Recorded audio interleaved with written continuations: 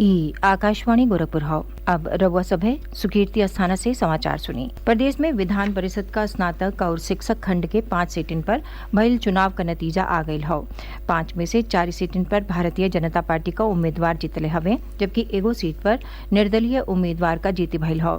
गोरखपुर फैजाबाद खंड स्नातक सीट पर भाजपा उम्मीदवार देवेंद्र प्रताप सिंह समाजवादी पार्टी का उम्मीदवार करुणाकांत मौर्य के ढेरे वोटे के अंतर से हरा दिहले हवे। कानपुर उन्नाव खंड स्नातक सीट से भाजपा उम्मीदवार अरुण पाठक जीतल हवे। वहीं कानपुर खंड शिक्षक सीट से निर्दल उम्मीदवार राज बहादुर सिंह चंदेल के जीत मिलल हवे। बरेली मुरादाबाद खंड स्नातक सीट से भाजपा उम्मीदवार डॉक्टर जयपाल सिंह व्यस्त विजयी भइल हवे। वहां के सपा उम्मीदवार शिव प्रताप यादव के 51,000 से बेसी वोटे के अंतर से हरौले। श्री व्यस्त लगातार तिसरका बेरी एमएलसी चुनाव में जीत दर्ज कैले हवे। इलाहाबाद झांसी खंड शिक्षक सीट से भाजपा उम्मीदवार बाबूलाल तिवारी के जीत मिलल हवे। निर्दल उम्मीदवार सुरेश त्रिपाठी दूसरका जगह पर रहले। राज्य का 3 गो खंड स्नातक सीटी गोरखपुर फैजाबाद कानपुर और बरेली मुरादाबाद आ 2 गो खंड शिक्षक सीटी इलाहाबाद झांसी और कानपुर में 30 जनवरी के वोट पड़ल रहे। मुख्यमंत्री योगी आदित्यनाथ विधान परिषद चुनाव में विजयी उम्मीदवारन के हार्दिक बधाई दिहले हवे।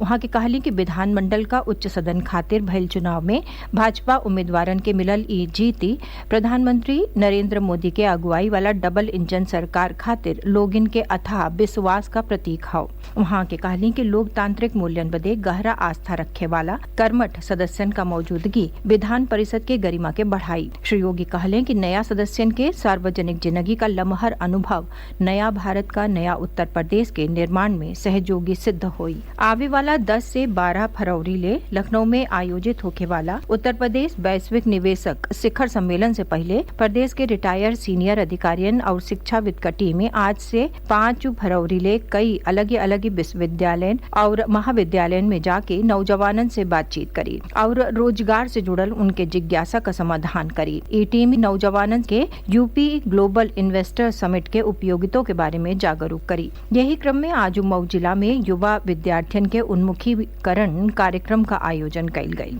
कार्यक्रम के संबोधित कर विशेष सचिव ब्रिजराज सिंह कहले कि 3 दिवसीय वैश्विक निवेशक शिखर सम्मेलन सामूहिक रूप से व्यापार का अवसर का पता लगौले और साझेदारी बनावे बदे दुनिया भर के नीति निर्माता लोगी, कॉरपोरेट नेता लोगी, व्यापार प्रतिनिधि मंडलन, शिक्षाविदन, थिंक टैंक और राजनीतिक और सरकारी नेतृत्व के एक साथ ले आई। वहाँ के कहली कि ई सम्मेलन राज्य के समावेशी विकास, व्यापार के मौका और अन्वेषण और सहभागिता स्थापित करे बदे उद्योग और वाणिज्य जगत से जुड़ल लोगिन के एगो विचार मंच उपलब्ध कराई। वहाँ के नौजवानन के प्रदेश सरकार का महत्वाकांक्षी योजनों से अवगत करौले। उन्नाव जिला में आगरा लखनऊ एक्सप्रेस वे पर 2 गो कार के आमने सामने भइल टक्कर में 4 जने का मौत हो गई और 2 जने औरियो गंभीराहे घायल हो गये। दुर्घटना आज दोपहरिया उन्नाव जिला के औरास थाना इलाका के लोधा टीकुर गांव के लगे हाईवे पर भइल। ओइजा मौजूद लोग बतौले कि दुर्घटनाग्रस्त एगो कार लखनऊ के ओर जात रहल के सामने से आ रहल दूसरका कार का टायर अचक्के फाट गई और ऊ बेकाबू होके कार से लड़ी गई। मुख्यमंत्री योगी आदित्यनाथ दुर्घटना पर शोक जतावत मृतकन के परिजन बदे गहरा संवेदना जतौले हवे। वहाँ के जिलाधिकारी और पुलिस के सीनियर अधिकारियन के घायल लोगिन के समुचित उपचार उपलब्ध करौले का निर्देश दिया हवे। मिर्जापुर का 96 विधानसभा सीट से विधायक राहुल प्रकाश कोल का अंतिम संस्कार आज जिला में गंगा तट पर कइल गयी। उनकर 10 साल का लड़का पिता के मुखाग्नि दिहले।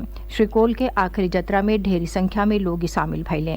उनकर पुस्तैनी गांव पटेहरा कला में उन्हें श्रद्धांजलि देवे बदे ढेरी संख्या में लोग पहुंचले। श्री कौल अपना दल सोनीलाल के टिकट पर विधायक निर्वाचित भइल रहले। केंद्रीय मंत्री अनुप्रिया पटेल और प्रदेश सरकार में कैबिनेट मंत्री आशीष पटेल, पूर्व राज्य मंत्री कैलाश चौरसिया के सतही और जनप्रतिनिधि गण्यमान्य लोग उनके आखिरी जत्रा में शामिल भइले। श्री पटेल दिवंगत विधायक के श्रद्धांजलि दिहलेन और परिजन से मिली के उन्हें ढाढ़स बंधौलेन। इस समाचार बुलेटिन हमारे YouTube channel AIR news Gorakhpur और ट्विटर हैंडल AIR News_GKP पर उपलब्ध बाटे। समाचार पूरा भइल। नमस्कार।